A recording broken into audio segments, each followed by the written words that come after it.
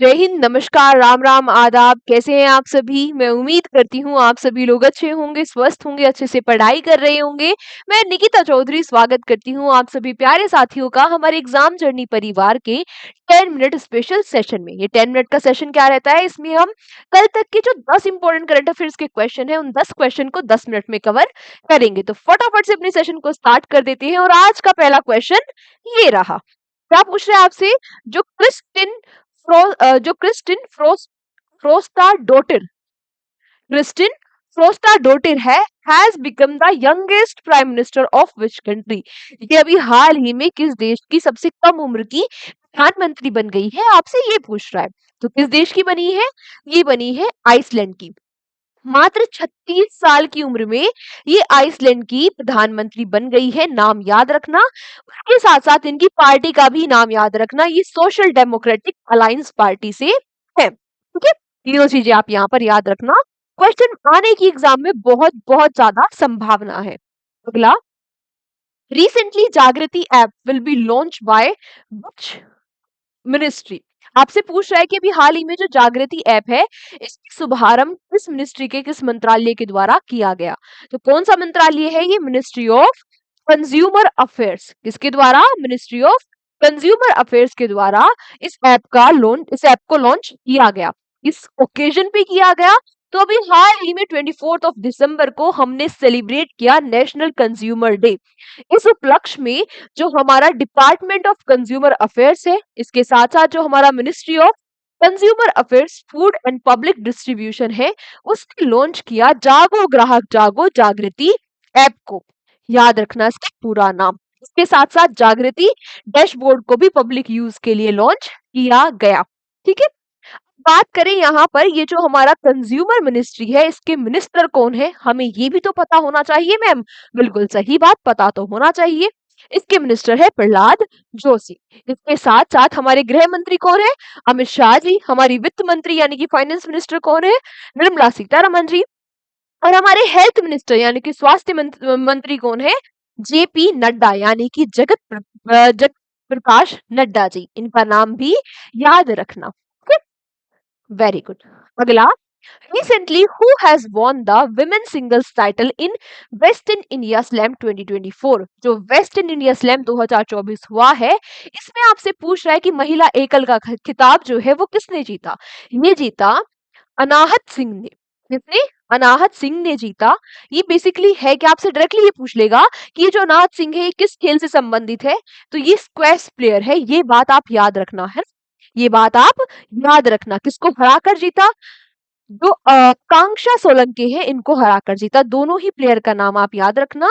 ये मात्र जो अनाहत है मात्र 16 साल की है ना? तो दोनों प्लेयर्स का आप नाम याद रखना। एग्जाम में आपसे डायरेक्टली पूछ लेगा कि ये किस खेल से संबंधित है। अगला, recently who hosted 24th BIMSTEC senior officials meeting. आपसे पूछ रहा है कि अभी हाल ही में 24वें, कौन से वे?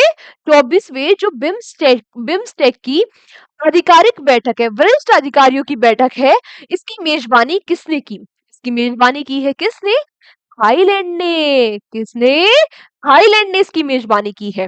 मैम मेजबानी तो ठीक है, लेकिन ये बिम्स्टेक क्या है? ओहो, बड़ी समस्या।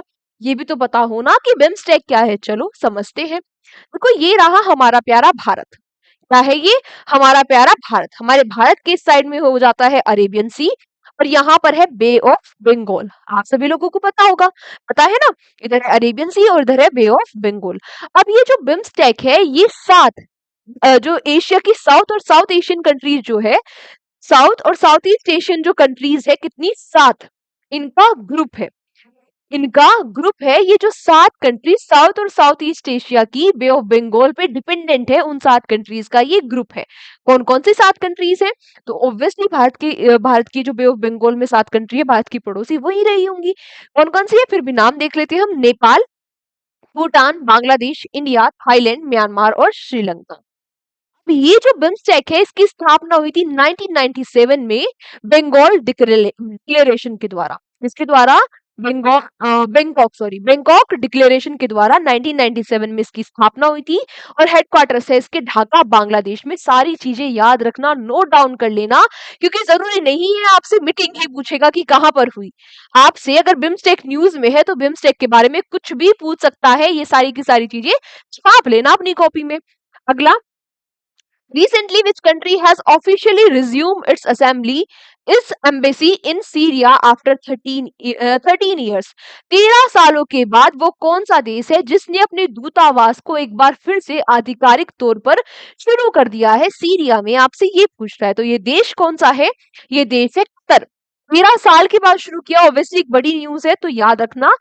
बात करें सीरिया के बारे में, तो सीरिया की कैपिटल है दमिश्क और यहाँ के प्राइम मिनिस्टर है मोहम्मद अल बशीर। मोहम्मद अल बशीर, ठीक है।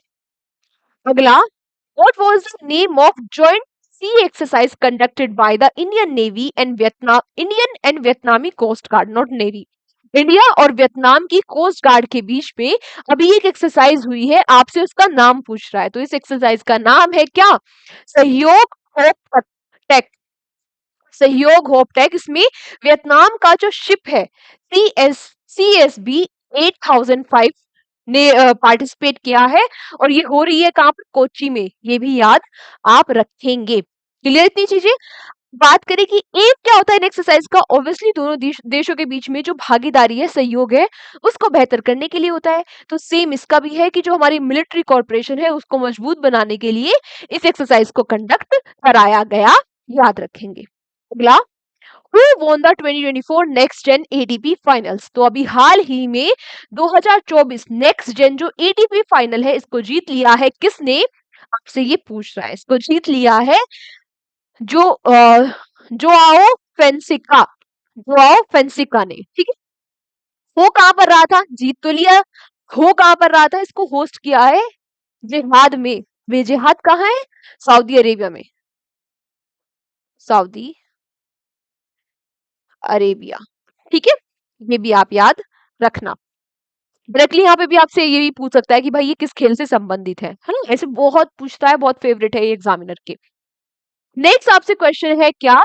Indian state has been recognized as one of the go to global destination for 2025 by the Wall Street Journal. तो वॉल स्ट्रीट जर्नल के द्वारा भारत का वो कौन सा राज्य है जिसे go to global destination for 2025 में रखा गया, यानी कि दिस इज भाई 2025 में एक बार जरूर विजिट करना, उस लिस्ट में रखा गया।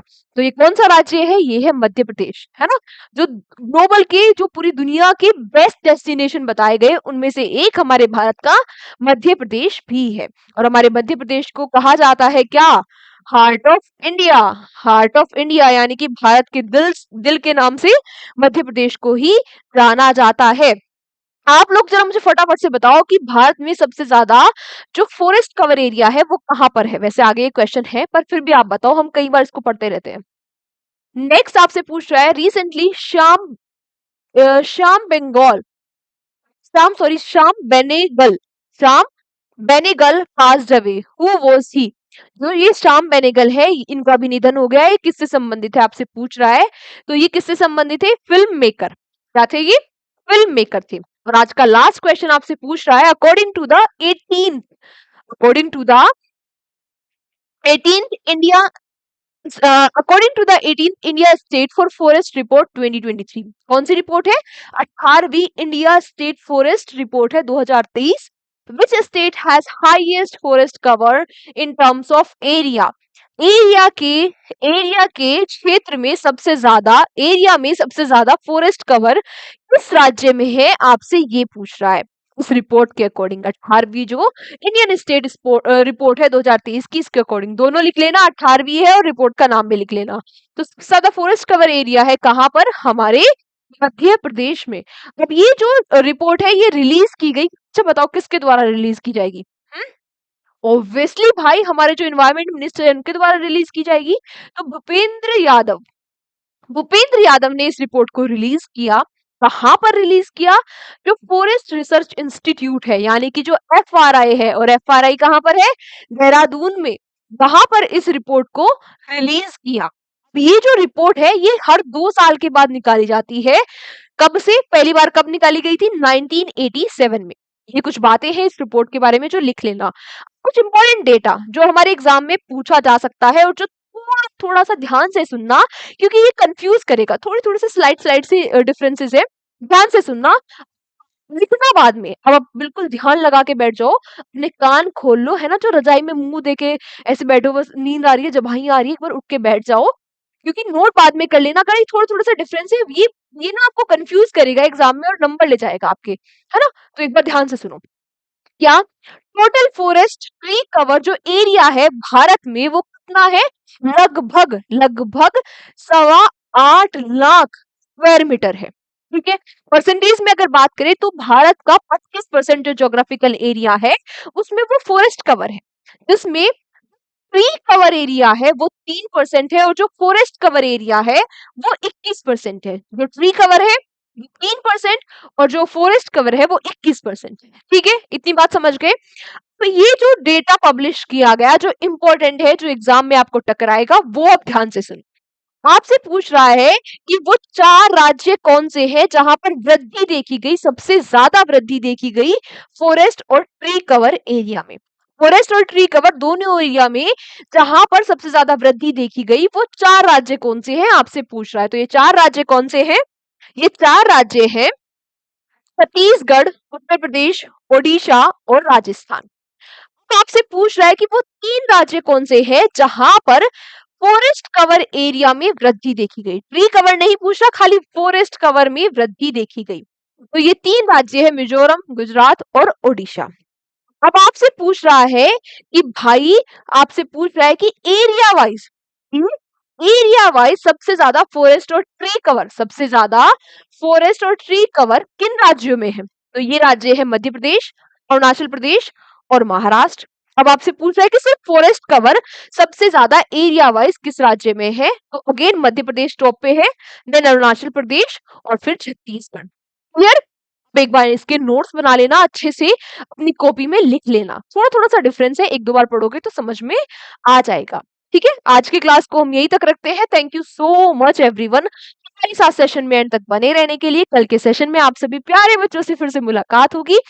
तक अपने नोट्स अच्छे से बना लेना, रिवीजन करते रहना, अपने बड़ों का सम्मान करो, अपने छोटा सा प्यार करो और अपनी हेल्थ का ध्यान रखो। टेक केयर, बाय बाय, मिलते हैं कल के सेशन में।